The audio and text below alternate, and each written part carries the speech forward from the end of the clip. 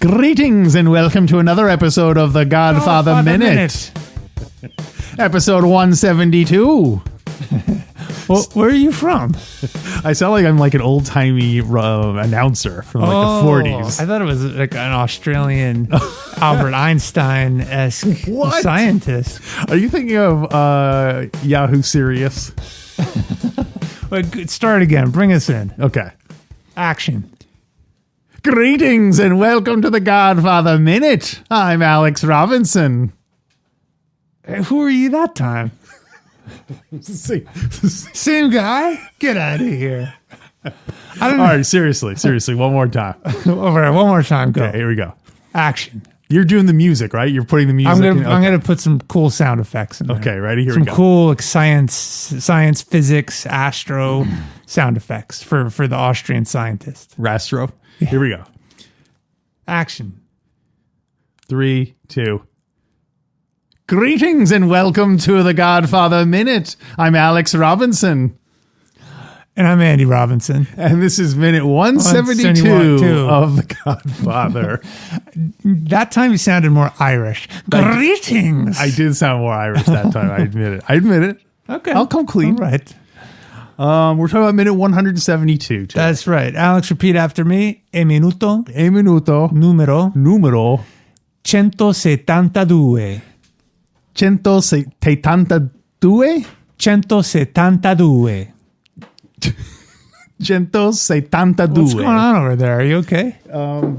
Your dog's making a lot of noise and shaking the microphone stand. Oh, sorry. He's a good dog. Let's start over. Should we start over? All right, go ahead. Start the whole thing over. Okay, go. Action. Hey, welcome to another episode of the Godfather Minute. This is episode number 172, and I'm Alex Robinson. And I'm Andy Robinson. Alex, repeat after me. Oh, what you got for me? E minuto. 172. 172.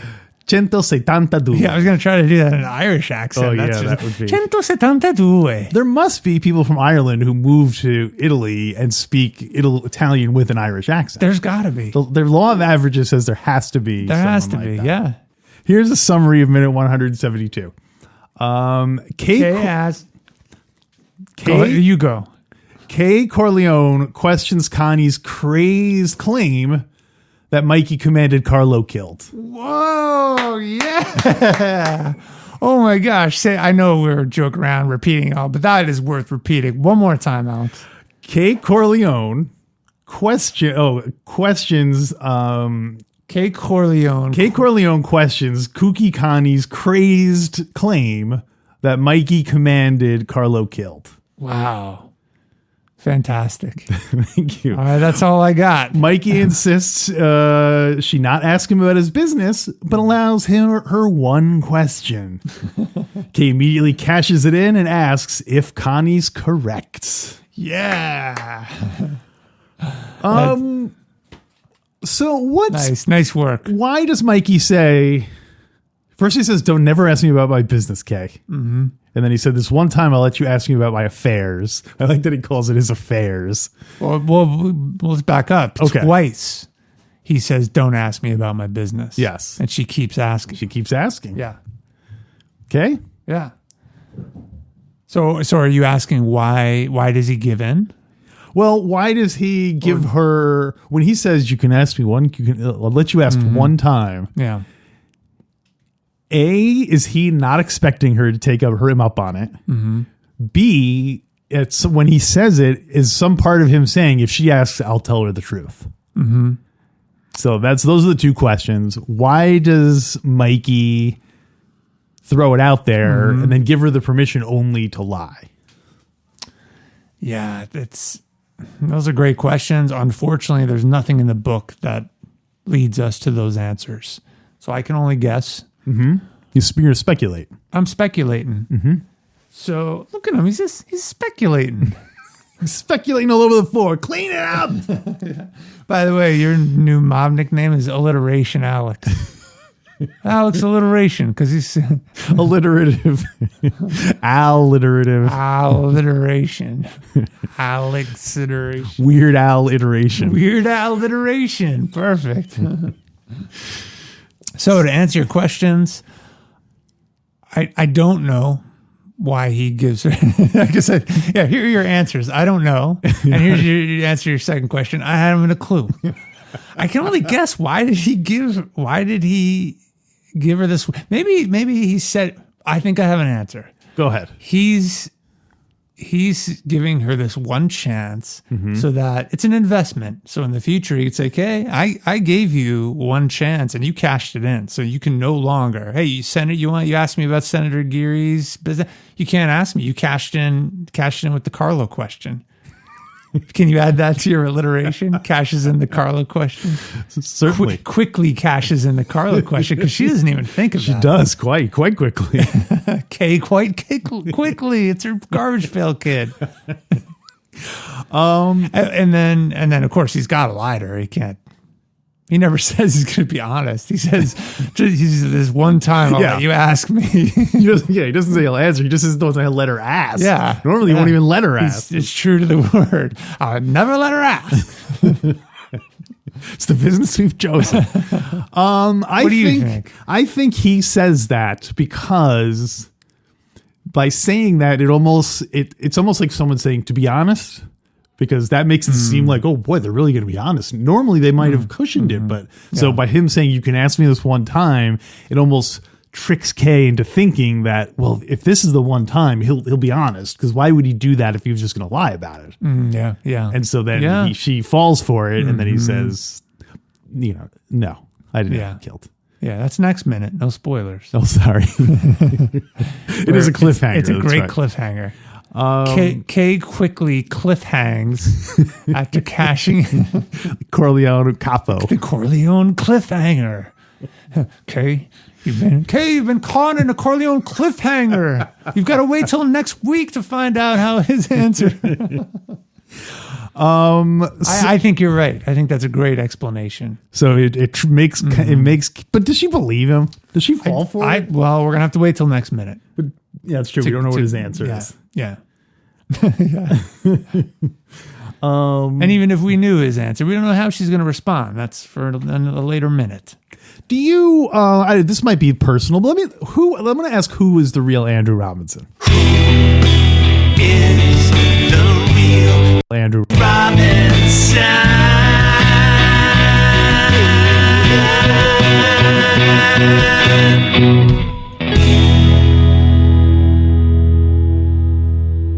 Wow, I never thought you'd ask. I'm going to have to go back and change that song. It's taken 172 minutes, but lay it on me. I like the overdub where you're just like, Andrew Robinson. We have done that before. Go ahead. Lay it on my question is, do you allow your wife to ask you about your business? Oh, I allow her to ask as much as she wants. Doesn't mean I'm going to be honest. But you do allow her to ask. I'm a little more generous than Michael Corleone. I give her 3 in the lifetime.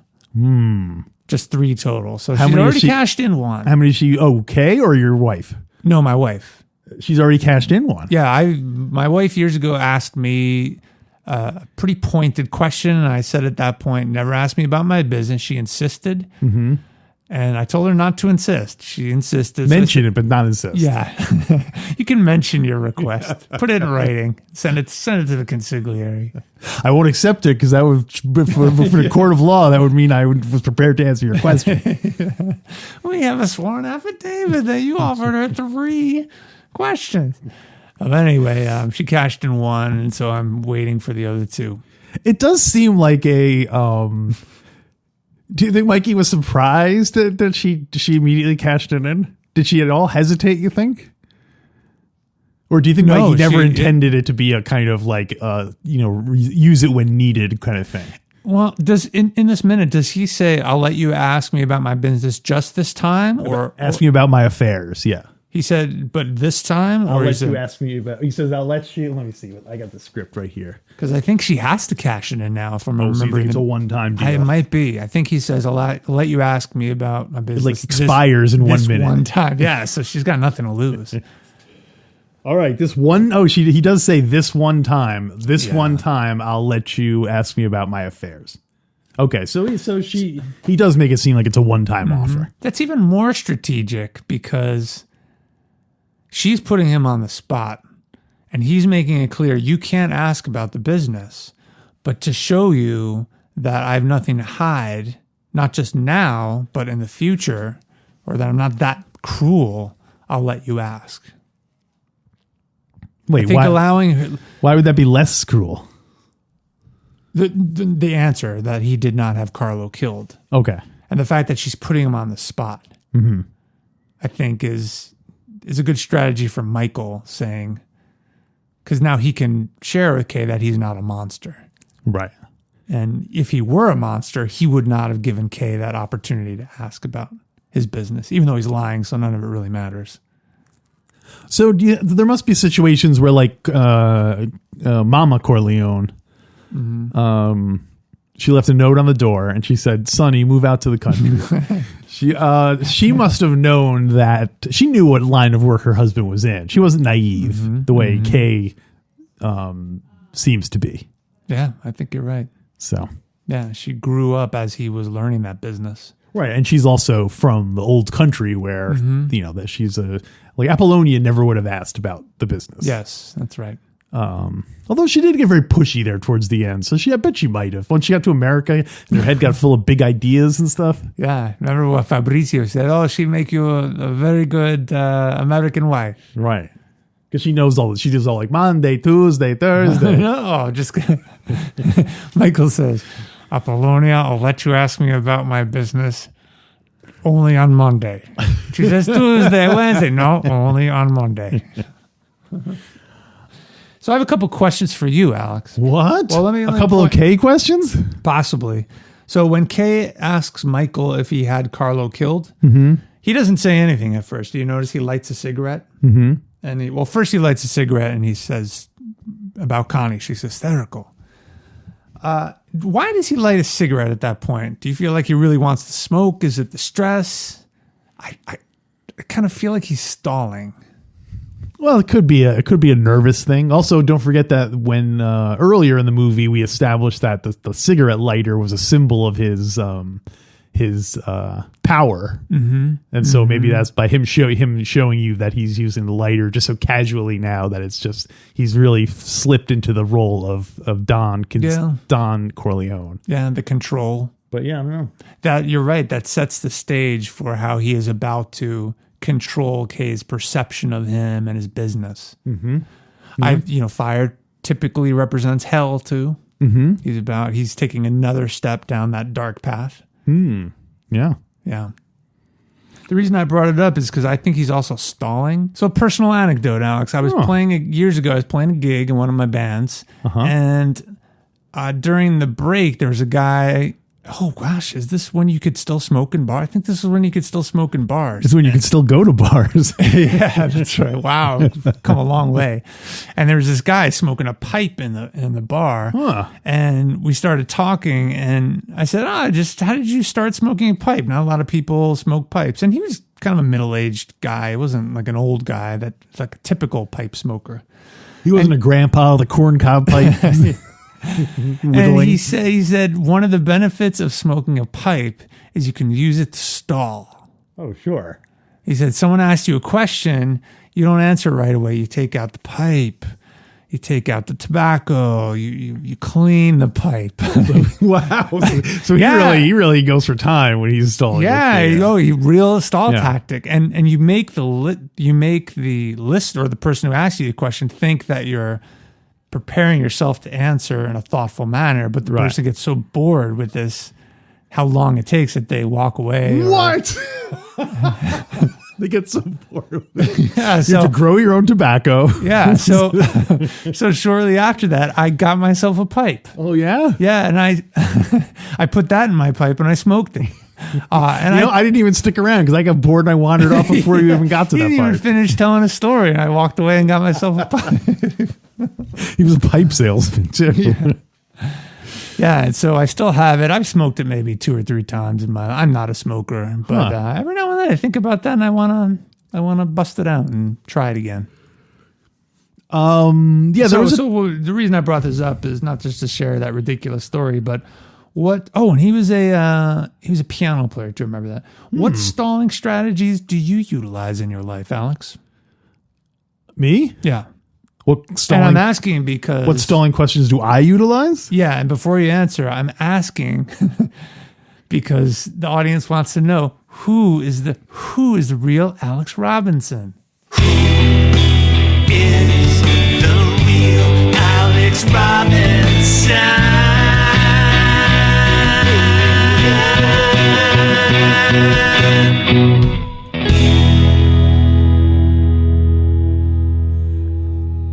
So what are you asking me here? What strategies do you utilize to stall?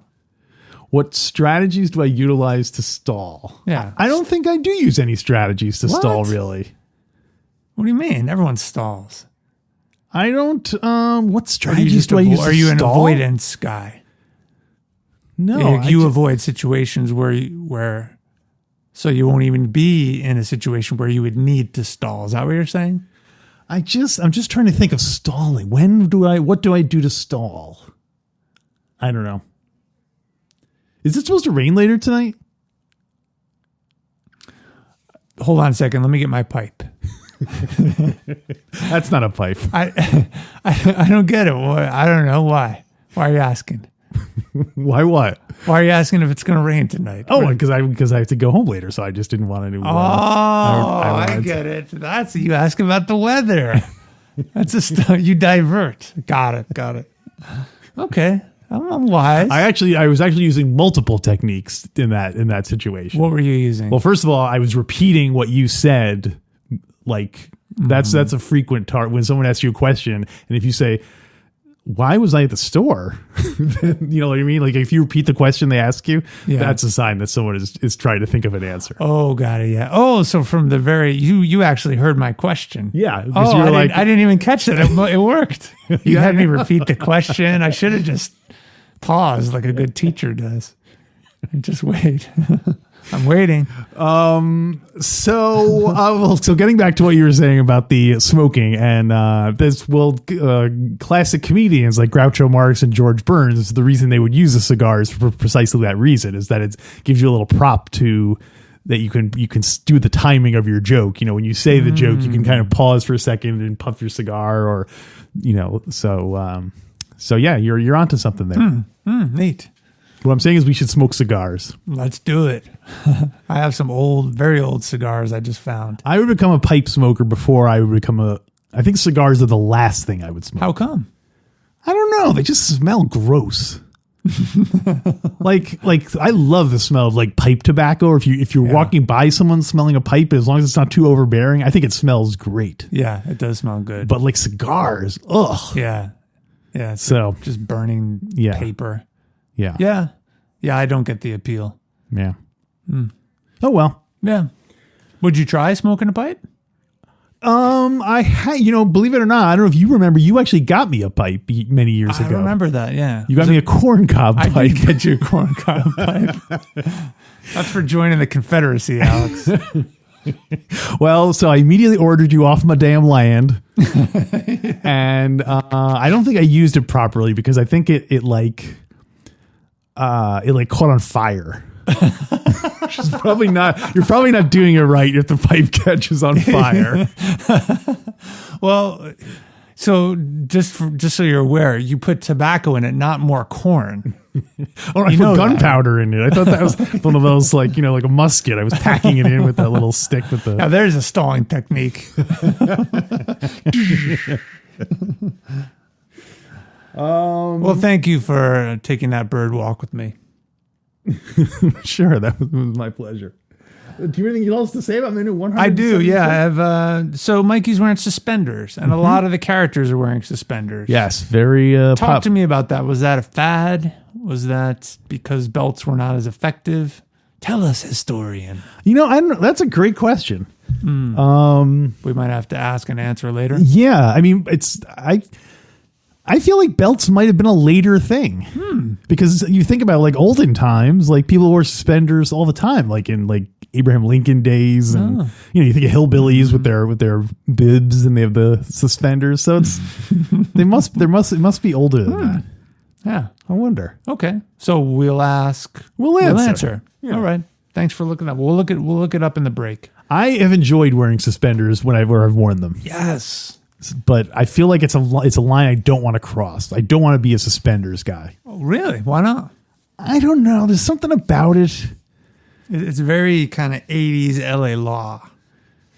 Kind of corporate meets trying to be cool. Kind of. Well, you can pull it off if you're like a cool business, like a in shape businessman guy. I think you can get away with wearing suspenders. Oh, okay. But if you are like me, a doughy middle aged guy, like it's not going to have the same look. You look more like bumpkinly or it makes you look portly more so than cool. So, but it's so much more comfortable than a belt. It is. Because you can sit down without the belt digging into your stomach. Yeah. And as you know, I've suffered from some lower back pains, Alex.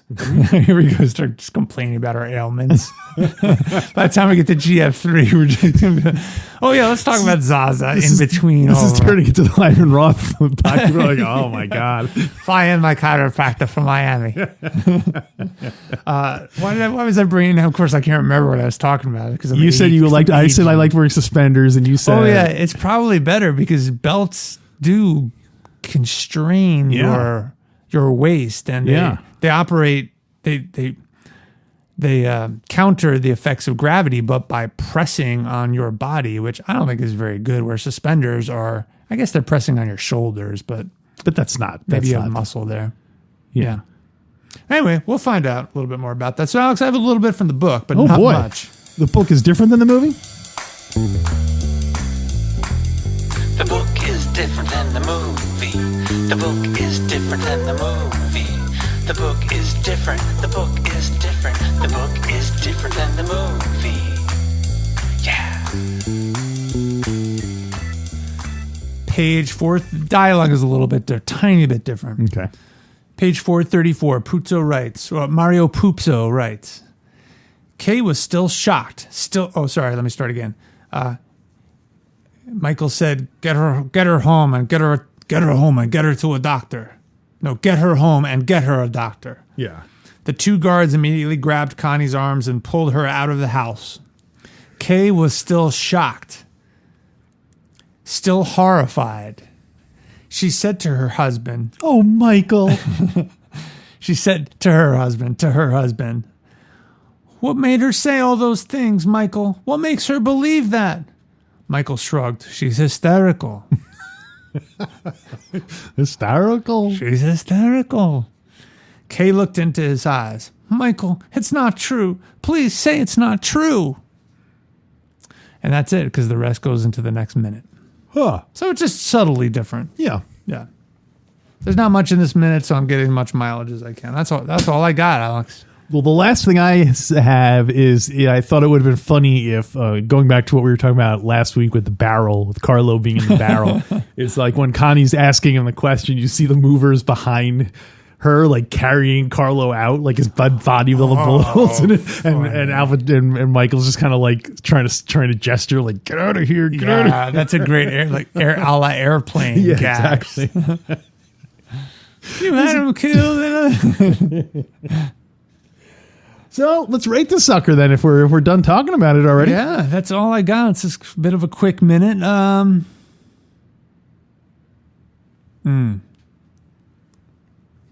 Okay. I got mine. I got mine too. 1, 2, 3. All right, there Wow. you go. 2. I was even kind of leaning toward 4. Because, 4? Well, Michael shouts, and this is... Oh yeah, I was going to bring up his shouting. It's a good minute. Other than when I was trying to think of other times that he shouted in the movie. In GF1? In GF1. Gosh, I don't. When Fabrizio goes running out, he goes, no. Right, that's the only time I think it might be the only other time. Yeah. So it's interesting that both times are with his death deal with his wives are. So one of the things in that book, The Godfather Returns, at one point Connie says to him, she does find out about Apollonia. And so Kay says, like, I was always your third wife. Whoa. And because the family was like the mafia was his first wife, like that was his most loyal to was his number one loyalty. So yeah, wow. Yeah. So all right then. I guess that'll wrap up this minute, and we're gonna go do some bonus content now. That's right, Alex. Can I plug my band? Sure. Check out the Underdog Night Soldiers. We are the official Godfather Minute Band, but we also write and record songs unrelated to the Godfather. We're soon going to release a song called Amelia about Amelia Earhart because, as you know, we love history. So check it out. You can go on. Is the song going to be called Amelia Earhart? It's going to be called Amelia. Just Amelia. Amelia, yes. My co-host Pete the Retailer from Star Wars Minute is compiling a list of songs that are the names of real people. Oh, okay. Will this qualify, or does it need to have her last name? I don't know. I'll ask him if it has to have the last name too. Okay. But if you think of any other songs that have the name in it, that have the name of the song is the person's name, and only the name. Yes. Really? Yeah. Okay, because there's a Simon and Garfunkel song called "So Long, Frank Lloyd Wright." Doesn't qualify. I don't. Wow, this is niche. Just the name.